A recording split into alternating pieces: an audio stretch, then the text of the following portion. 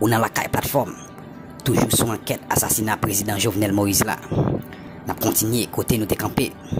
Ça c'est partout. Deuxième partie, rapport assassinat président Jovenel Moïse là. N'a continué. De nombreuses réunions se sont tenues de janvier 2021 jusqu'à l'assassinat de Jovenel Moïse. Certaines rencontres ont eu lieu à l'International Medical Village, à la Covington Security SA, au Camacho Security SA, au Maxime Boutique Hotel et à la Counter Terrorist Unit CTU et au Château House Hotel. D'autres réunions ont eu lieu dans des maisons privées dont une appartient à Samir Handal 6 à Delma 60, deux maisons respectivement situées au numéro 11 rue des Pylônes à Delma 31 et au numéro 10 Pèlerin 6 ont aussi été utilisées pour accueillir ces réunions.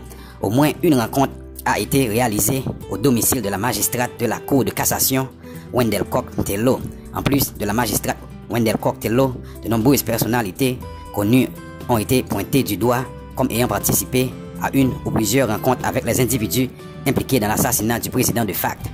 Il s'agit entre autres de Paul Denis, de Harrison Ernest et de John Joel Joseph. Par ailleurs, 3 semaines environ avant l'assassinat de la victime, sur ordre du commissaire divisionnaire Jean Laguerre Civil, coordonnateur de la sécurité du président, le véhicule contenant des armes et des munitions placé généralement sur la cour de la résidence a été mis à l'extérieur.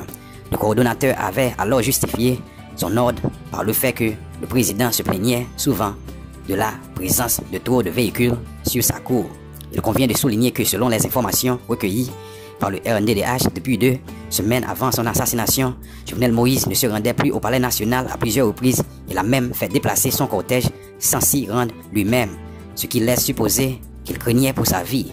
Cette peur a été confirmée par une alerte à l'attentat contre le président qui avait été lancée. Selon les plans de cette alerte, il était prévu d'attaquer Jovenel Moïse alors qu'il serait en route ou qu'il se trouvait au Palais National.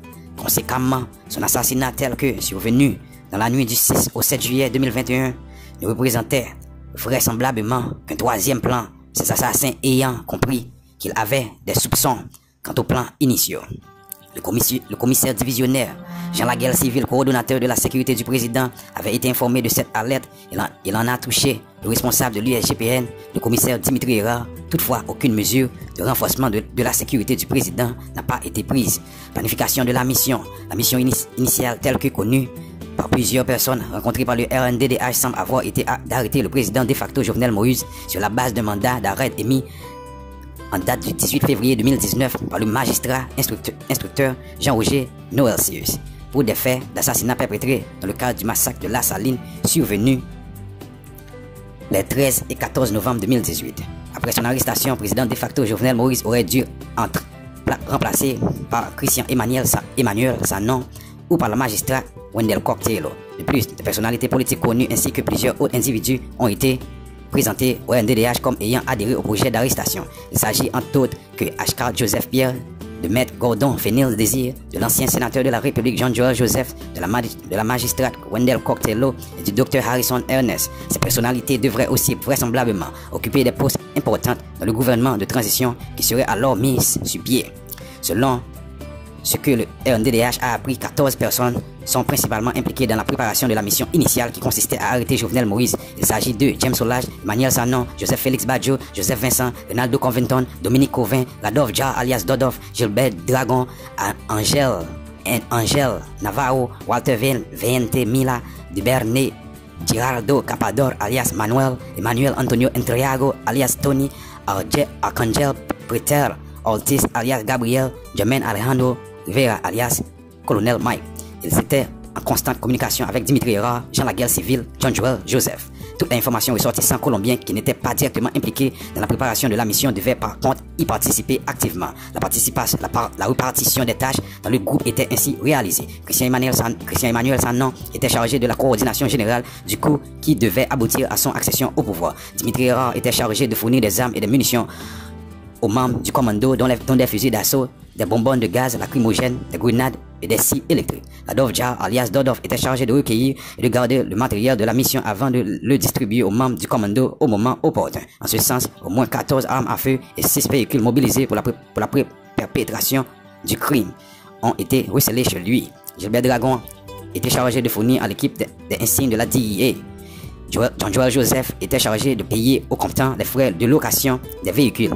Jean Laguerre Civil était chargé de surdoyer des agents affectés à la sécurité du président en vue de permettre une entrée en douceur du commando dans la résidence de Jovenel Moïse. Il avait en sa possession environ 100 000 $ américains. Joseph Félix Badiou était chargé de recevoir en temps réel des informations relatives aux faits et gestes de la victime. Pour cela, il a loué un appartement en face de la maison du président et était en contact permanent avec Marie-Jude Gilbert Dragon qui lui fournissait ces informations. Sur ce point, il convient de souligner que l'inspecteur divisionnaire Jude Laurent, agent de l'USP affecté à la sécurité de la résidence présidentielle, était par le passé attaché à la sécurité rapprochée de Marie-Jude Gilbert Dragon quand celui-ci était commissaire de police. Ils ont gardé des liens étroits et c'est à l'inspecteur divisionnaire Jude Laurent qu'il revenait d'informer en temps réel Marie-Jude Gilbert Dragon qui lui-même relayait l'information à Joseph Félix Badiou. Duvernay, Geraldo Capador et Germain Alejandro Rivera Garcia, alias Colonel Mike, étaient chargés de la reconnaissance des lieux. Pour ce faire, ils se sont rendus à 3 fois reprises au sommet de la montagne qui surplombe la maison du président. La mission a été financée en grande partie par Walter Ventenilla, un ressortissant étranger à qui promesse avait été faite de lui donner des coudées franches en vue d'implémenter dans le pays une compagnie d'électricité. Il est actuellement à la tête de la Worldwide Capital Lending Group. Il est aussi présenté comme étant un grand père responsable de la Counter-Terrorist Unit CTU. Le jour de la mission, les membres du commando devaient se poster à l'extérieur et seulement quelques membres influents au dos du commando, dont Germain Alejandro Garcia Mike, avaient la charge de s'introduire dans les locaux et d'appréhender Jovenel Moïse. Reconstruction des faits. Reconstitution des faits. Pour reconstituer les faits, le RNDDH a abordé puisé dans les différents procès-verbaux qui ont été dressés par les magistrats de paix qui avaient été requis du 8 au 17 juillet 2021. Par la suite, le RNDDH s'est entretenu avec les personnes arrêtées dans le cadre de cet assassinat. Les informations recueillies lui ont permis de comprendre ce qui suit. Dans la nuit du 7 juillet 2021, les policiers Bonnie Grégoire, William Moïse et Lee Jean-Charles ainsi que Joseph Félix Badiou étaient chargés de récupérer les autres membres du commando. Au total, il était au nombre de 28, les 3 policiers mentionnés, 22 Colombiens, 2 Américains d'origine haïtienne, Joseph Félix Badiou. 6 véhicules ont été mobilisés pour l'opération. Vers 1h35 du matin, ces individus lourdement armés ont fait éruption dans la périmètre de sécurité de la résidence du président de facto Jovenel Moïse. Aucune alerte n'ayant été lancée, ils ont plus facilement passé de premiers remparts de sécurité composés d'agents de CIMO. La barrière principale de la maison avait été laissée ouverte tel que cela avait été prévu. Cependant, en s'introduisant, les membres du commando ont essuyé quelques coups de feu. Il s'en est suivi des échanges de tirs. Dès le premier coup de feu, Jovenel Moïse a commencé à passer des appels. Le directeur général AI de la PNH, Léon Charles, le coordonnateur de sécurité, le commissionnaire divisionnaire Jean Laguerre Civil, ainsi que le responsable de l'USGPN, le commissaire Dimitri Hera, ont tous été contactés par lui. Ils lui ont tous promis de lui envoyer des renforts immédiatement. James Solas, muni d'un porte-voix, a invité les agents de la PNH à ne pas tirer et a affirmé qu'il s'agissant d'une opération de la DIA. Quelques agents, dont certains se trouvaient à l'intérieur du bâtiment, ont quand même continué à tirer, ce qui a porté James Solas à les mettre en garde contre la riposte de la DIA. Cette ruse a semblé marcher, même si par suite certains agents rencontrés par les RNDDH affirmant qu'ils étaient en fait à coup de munitions. Les noms de 9 membres du commando sont cités comme étant ceux qui s'étaient introduits dans la résidence, puis certains d'entre eux dans la chambre du président. Il s'agit de Victor Albeiro Pineda Cordona, alias Pipe, Nazer Franco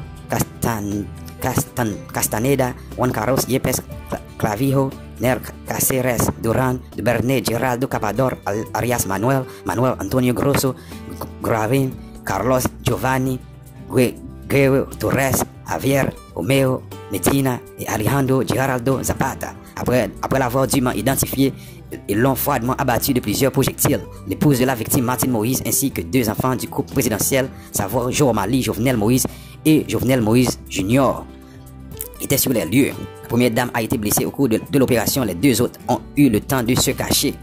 De nombreux appels ont été passés par Jovenel Moïse de 1h36 à 1h46 du matin. Aucun de ceux sur lesquels il semblait compter pour le protéger ne s'est présenté. L'inspecteur général André Jonas Vladimir Paraison est l'une des dernières personnes avec qui il s'est entretenu. Il a été le premier à être arrivé sur les lieux et c'est lui qui a organisé l'évacuation de Martine Moïse. Plusieurs valises contenant de fortes sommes d'argent, des documents ainsi que les serveurs caméras de surveillance de la résidence ont été emmenés par le commando qui s'était introduit dans la maison. Selon plusieurs agents de unités spécialisées rencontrés par le RNDDH ce soir, ils ont été surpris par une véritable intervention militaire. Les attaquants disposaient de drones, de grenades, de fusils de grand calibre, de lunettes à vision nocturne, de marteaux et de haches. Pour leur part, les agents de la PNH sur les lieux n'avaient ni les moyens ni la capacité de rester à cette attaque. Ils ont aussi affirmé que le déplacement du véhicule qui contenant un surplus d'armes et de munitions et qui se trouvait sur la cour présidentielle a contribué à la réduire la capacité de riposte. Conséquemment, même si certains ont tenté de riposter, ils ont dû très vite désister par manque de munitions. De plus, l'agent Renaud Fontus lui-même, chef d'équipe du CATIM, à court de munitions, s'est caché à l'arrière-cour de la résidence de Jovenel Moïse. Les autres agents ont de leur côté vite fait baisser leurs armes. Il était plus soucieux de sauver leur vie que de protéger la famille présidentielle. Le 7 juillet 2021, tôt dans la matinée, Martine Moïse a été conduite à l'hôpital de la capitale avant d'être rapidement évacuée à Miami. Vers 10 h du matin, le juge de paix Carl-Henri Destin a procédé à une constat du cadavre de Jovenel Moïse en a adressé le procès verbal avant d'ordonner la levée du corps. Levée qui ne sera réalisée vers les 5 h de l'après-midi. De plus, selon le procès verbal de constat, Jovenel Moïse a reçu 12 projectiles, un au niveau de la tête, l'œil gauche, au front, l'oreille gauche, la poitrine, l'avant-bras gauche, la cuisse droite, 4 projectiles au dos. Vers 10 h du matin, les agents de la police scientifique ont pu s'introduire sur les lieux du crime pour commencer leur enquête. Localisation des responsables des unités spécialisées chargées de la sécurité du président, tenant compte du fait qu'une alerte avait été lancée et que la vie du président de facto Jovenel Moïse était menacée. La localisation au moment du drame, les responsables des unités spécialisées chargées de la sécurité de ce dernier est importante pour le RNDDH. Commissaire divisionnaire Jean Laguerre Civile, coordonnateur de la sécurité du président. Le commissaire divisionnaire Jean Laguerre Civile assure la coordination de sécurité du président. Il se trouvait chez lui à Thomasin lorsque, vers 1 h du matin, il a reçu l'appel du président l'informant que les tirs d'armes étaient entendus aux environs de chez lui et sollicitant un backup pour le renforcement de sa sécurité. Le commissionnaire divisionnaire Jean Laguerre Civile affirme d'avoir appelé immédiatement le commissaire Dimitri Erard, lui-même responsable de l'USGPN, ainsi que l'inspecteur principal Paul Eddy Amazan, responsable du CATIM, avant de prendre la route en direction de la résidence de la victime. Ils ont pu rapidement rassembler leurs troupes. Ils ne sont arrivés qu'à bord de la résidence avant d'être stoppés par le commando lui-même, qui les a informés qu'il s'agissait d'une opération de la DIA. Commissaire Pierre Osman Léon, responsable de l'USP, membre de l'USP depuis 2003, le commissaire de police Pierre Osman Léon est promu responsable en chef de l'USP le 18 juin 2020. Il avait pour responsabilité principale d'établir la connexion entre la coordination de la sécurité présidentielle et les équipes de terrain. Dans la nuit du 6 au 7 juillet, il se trouvait chez lui lorsqu'il a reçu un appel vers 3 h du matin de l'inspecteur divisionnaire Peggy Toussaint, lui-même chef des opérations de l'USP, l'informant de l'attaque de la résidence du président. Il a rapidement appelé le commissaire divisionnaire Jean Laguerre Civile qui a confirmé les faits et lui avait demandé de se rendre au palais national. Un peu plus tard, il s'est entretenu avec l'inspecteur Eddy Amazan qui lui a confirmé de tout était sous contrôle. Inspecteur principal Paul Eddy Amazan, responsable en chef du CATIM, inspecteur principal Paul Eddy Amazan est issu de la 13e promotion de la PNH.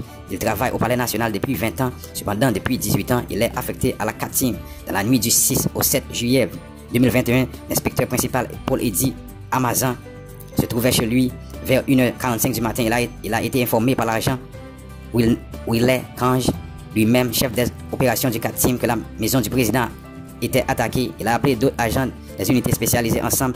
Ils se sont rendus au Palais National en vue de récupérer des armes à feu et des munitions avant de prendre la direction de Pèlerin Saint. Arrivés à Pétionville, ils ont croisé le directeur général AI de la PNH qui leur a demandé d'aller sécuriser le Palais National. Lui ainsi que les agents lui accompagnaient. Ils sont donc retournés. L'inspecteur principal Paul Eddy Amazan a aussi affirmé avoir déjà acheminé son rapport circonstancié au responsable de l'USP. Commissaire Dimitri Erard, responsable de l'USGPN. Le commissaire Dimitri Erard est chef de l'USGPN. Dans la nuit du 6-7 juillet 2021, il était chez lui à Péguiville lorsqu'il a reçu un appel du coordonnateur de la sécurité présidentielle Jean Laguerre Civile. Par la suite, il a été appelé par le président lui-même qui a confirmé les informations. Rapidement, il a rapidement pris la direction de la maison du président. Cependant, arrivé aux abords de la patrouille fixe composée de l'agent de Simo, il a reçu une sommation de se retirer du périmètre parce que la DIA était en opération. Lui-même ainsi que les autres agents qui l'accompagnaient ont obtempéré à l'ordre et se sont repliés. Fait subséquent, au lendemain de l'assassinat de Jovenel Moïse, la capitale haïtienne était en ébullition. Rapidement, le premier ministre sortant, Claude Joseph, confirme l'assassinat du président de facto. Jovenel Moïse a pris les rênes du pays. Il a alors affirmé que tout était sous contrôle. Parallèlement, une équipe de communication constante a été mise sur pied et les rebondissements de l'enquête ont été avidement suivis par la population. Autopsie du cadavre de Jovenel Moïse. Le 10 juillet 2021, l'autopsie du cadavre de feu de Jovenel Moïse a été réalisée à l'analyse excavation, déformation et mobilité anormale de plusieurs parties du corps, dont le crâne, l'eau frontale, l'eau nasale, la chambre gauche ont été relevés. Depuis 15 orifices d'entrée et de sortie, des balles dans des plaies, tant au thorax, à la fesse droite, à l'avant-bras droit, qu'à la cuisse droite ont été remarqués, et des fractures à la jambe et à l'orteil gauche, ainsi que les fragments de projectiles ont été repérés dans plusieurs parties du corps. Enfin, en raison des différentes remarques faites sur le cadavre par le médecin légiste, dont le délabrement du cœur, le décès de la victime est déclaré dû à l'éclatement de son cœur par une balle. Intervention policière et enquête de la police judiciaire. Plusieurs interventions policières se sont soldées par le décès d'au moins 3 individus de nationalité colombienne. De plus, au moins de 12 perquisitions ont été effectuées par la direction centrale de la police judiciaire des CPG dans des hôtels et maisons privées appartenant aux personnes citées dans le cadre de ce dossier. Pas moins de 61 armes à feu, 50 téléphones portables et 8 véhicules ont été saisis. Personnes tuées par la police. Le 8 juillet 2021, le juge de paix titulaire du tribunal de paix de Pétionville, maître Clément Noël, qui à ces effets a constaté les cadavres de 2 ressortissants colombiens qui ont été tués à Mondralver. Il s'agit de Mauricio Javier Romero et du Bernet Capador Giraldo. Cependant, leurs cadavres ont été transportés non loin des bureaux de l'office l'assume véhicule compte tiers au AVCT aux fins de constat. Il avait en leur possession 40 000 $ américains, 19 000 gouttes de téléphone portable, des cartouches, une cagoule, un gilet pare-balles, un pince à métaux, des produits alimentaires, des menottes en plastique, ainsi que des cartes de visite du président. Le même jour, un autre ressortissant colombien a été tué. Il s'agit de Miguel Guillermo Garzón. Son cadavre a aussi été constaté par le magistrat Clément Noël. Perquisition. Dans la majorité des immeubles perquisitionnés par le DCPG, des objets suspects ont été retrouvés. Par exemple, le 9 juillet 2021 à Delma 60, non loin du bureau des Nations Unies pour les services d'appui au projet UNOPS, United Nations Office for Project Service, dans une maison appartenant à Samir Handal où résidait Emmanuel Sanon Christian, des plaques d'immatriculation, dont 3 émises par la République dominicaine et 2 par la République d'Haïti, des passeports haïtiens et palestiniens, des téléphones portables, des chéquiers, un saut entrée-sortie de la direction immigration de l'immigration du pays, des billets tirés de banques étrangères, des ordinateurs portables, des disques durs, des cibles de tir, des boîtes de cartouches, des armes et des étuis d'armes ont été découverts. Le 10 juillet 2021 à Belleville, dans une maison appartenant à l'ancien sénateur John Joel Joseph, des chéquiers, gouttes et dollars tirés sur la Unibank, des cartes bancaires au nom de John Joel Joseph, des téléphones portables, des cartouches, des fusils 12, un fusil de chasse, des étuis d'armes, des clés USB ont été constatées. Le 12 juillet 2021, dans 3 immeubles différents, soit le Maxime Boutique Hotel, si à Bois-Moquette, le Camacho Sécurité SA, si à Pèlerin 5, ainsi que dans une maison privée située au numéro 10 Pèlerin 6, des armes de munitions ainsi que des bottes ont été découvertes selon les personnes rencontrées sur les lieux, des bottes appartenant à des membres du commando ayant mené la munition. Le 12 juillet 2021, au numéro 10 Pèlerin 6, un fusil, des grenades, de boîtes, de cartouches, de gilets pare-balles, des étuis d'armes ainsi que les feuilles s'apparentant à la marijuana ont été constatées. Le 6 juillet 2021, à l'hôtel Château Rose, 6 à Pèlerin 2, immeuble appartenant à Madame Joseph Gauthier, 22 armes de différents calibres, des cartouches et des véhicules ont été découverts. Le 18 juillet 2021, l'épouse de la victime Martine Moïse et les enfants du couple présidentiel se sont rendus dans la résidence en compagnie du ministre de la Justice, M. Rockefeller Vincent, le juge de paix et du commissaire du gouvernement de Port-au-Prince, M. Bedford Claude. Martine Moïse a alors exigé du ministre de la Justice l'arrestation de Joseph Félix Badiou. Martine Moïse a alors exigé du ministre de la Justice l'arrestation de Joseph Félix Badiou. Cette demande prouve, si besoin était, qu'elle détient des informations précises sur le compte de Joseph Félix Badiou et qu'elle connaissait les relations entre ce dernier et le ministre. Personnes arrêtées. À date, au moins 44 personnes ont été arrêtées. Il s'agit de 18 ressortissants colombiens, John Hader, Andela, Edwin Enrique, Nazer Franco, Jenner Alberto, Ner Caceres Duran, Carlos Giovanni, Jersen Medisalvo, John Yale Ramirez, Herman Alejandro, Alex Miguel Peña, Victor Albeo Pineda, John Haito Suarez, Francisco Eladio Urique, Nabel Vargas Gomez, Angel Mario, Juan Carlos Yepes, Alejandro Girardo. 3 Américains d'origine haïtienne, savoir Christian Emmanuel Sanon, James Solage et Joseph Vincent ont été arrêtés. 20 agents de la PNA, soit le coordonnateur de sécurité générale du Palais national, les 3 responsables de l'USGPN, l'USP et du 4 Team, les 3 chefs de l'équipe de l'USP, l'USGPN et du 4 Team, 3 agents du 4 Team, 6 agents de l'USP, 3 agents du CIMO et un policier de la SDPG Ouest. Jean-Laguerre Civil, coordonnateur de la sécurité du Palais national, Dimitri Rard, responsable l'USGPN, Pierre Ousmane, Léandre, responsable USP, Olivier Amazan, responsable 4 Team, Conrad Bastien, chef de l'équipe USGPN, Hubert Gentil, chef de l'équipe USP, Bruno Fontus, chef de l'équipe 4 Team, Franz Louis 4 Team, Ali Jean 4 Team, Vanek Delika 4 Team, Sadrak Alphonse USP, Rony François USP, Ernest Germain USP, Ronald Guerrier USP, Jules Laurent USP, Cléantis Lucin USP, Clifton Hippolyte Simo, Élie Jean-Charles Simo, Bonnie Grégoire Simo, William Moïse SDP West. 3 autres individus, Ronaldo Covington et Dominique Covin, tous les 2 responsables de la Covington Security SA, ainsi que Marie-Jude Gilbert Dragon, ont aussi été arrêtés. De ces personnes, 4 en particulier intéressants de RNDDH en raison du fait que leurs noms ont été cités par pratiquement tous ceux qui ont arrêté soit comme auteurs, co-auteurs intellectuels, soit comme ayant participé activement à la mission. Manuel Christian Sanon, né le 22 novembre 1958, a été arrêté le 9 juillet 2021. Il se trouvait dans une maison située à Delma 60, non loin du bureau de l'UNOPS, appartenant à Sami Andal vers 2015 ou 2016. Il travaille dans une clinique localisée au Canapé Vert où il extortait entre 600 et 3000 $ américains à des jeunes en leur promettant de leur permettre de suivre une formation en sciences infirmières aux États-Unis d'Amérique, et par la suite, il leur fournissait un certificat de complétion sur palier en tête de l'Université Phoenix sans qu'il ait participé à la formation promise. Il convient aussi de noter que le jour de l'arrestation d'Emmanuel Sanon, soit le 9 juillet 2021, Sami Andal, à l'encontre duquel un mandat d'amener avait été émis, a été escorté à l'aéroport international Toussaint Louverture par la police nationale d'Haïti en vue de quitter le pays. James Solage a été appréhendé le 7 juillet 2021 alors qu'il se trouvait à Pétionville.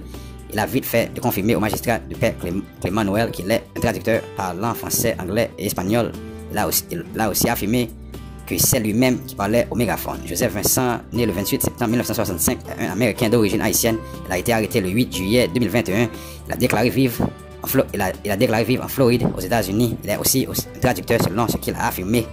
Il a aussi avancé que les individus avaient en leur possession un mandat émis par le juge d'instruction Jean-Roger Noël-Sis. Joseph Félix Badio est conseiller juridique de la Covington Security SA. Il est présenté comme un ancien employé de l'unité de lutte contre la corruption, l'ULCC, et considéré comme étant un proche de l'actuel ministre de la Justice, Maître Rockefeller Vincent. Conditions de rétention et de détention. Suite à leur incarcération à la prison civile de Port-au-Prince, le NDDH a rencontré quelques-uns d'entre eux. Certains ont affirmé avoir été torturés par des agents de la brigade de recherche et d'intervention, BRI, alors qu'ils se trouvaient à la DCPG, tel est le cas par exemple de Ronaldo Covington, James Solas et de Joseph Vincent, respectivement âgés de 68 ans, de 56 et de 36, qui ont été sévèrement bastonnés. D'autres ont dénoncé le fait par les agents de la BRI d'avoir fait usage à leur encontre de substances nocives pour les forcer à parler. De plus, à la DCPG, Christian Emmanuel Sanon a dû passer la nuit sur une chaise tout en étant menotté avant de rejoindre les autres obligés de dormir à même le sol. Ils n'ont pas eu droit à des visites. Ils n'ont pas pu non plus se faire assister d'un avocat. Par ailleurs, les conditions actuelles de détention sont très préoccupantes. L'eau utilisée pour le bain cause des démangeaisons et des éruptions cutanées chez certains. La nourriture est de très mauvaise qualité et insuffisante. Certains parmi eux sont incarcérés dans les cellules d'isolement qui sont juxtaposées à un corridor dans lequel sont jetées des matières fécales, des déchets et des eaux usagées. Le RNDDH a aussi appris que par le biais de leurs consultants, les Colombiens ont adressé une correspondance aux membres de leur famille en vue de solliciter, entre autres, l'assistance d'un avocat. Appel croisé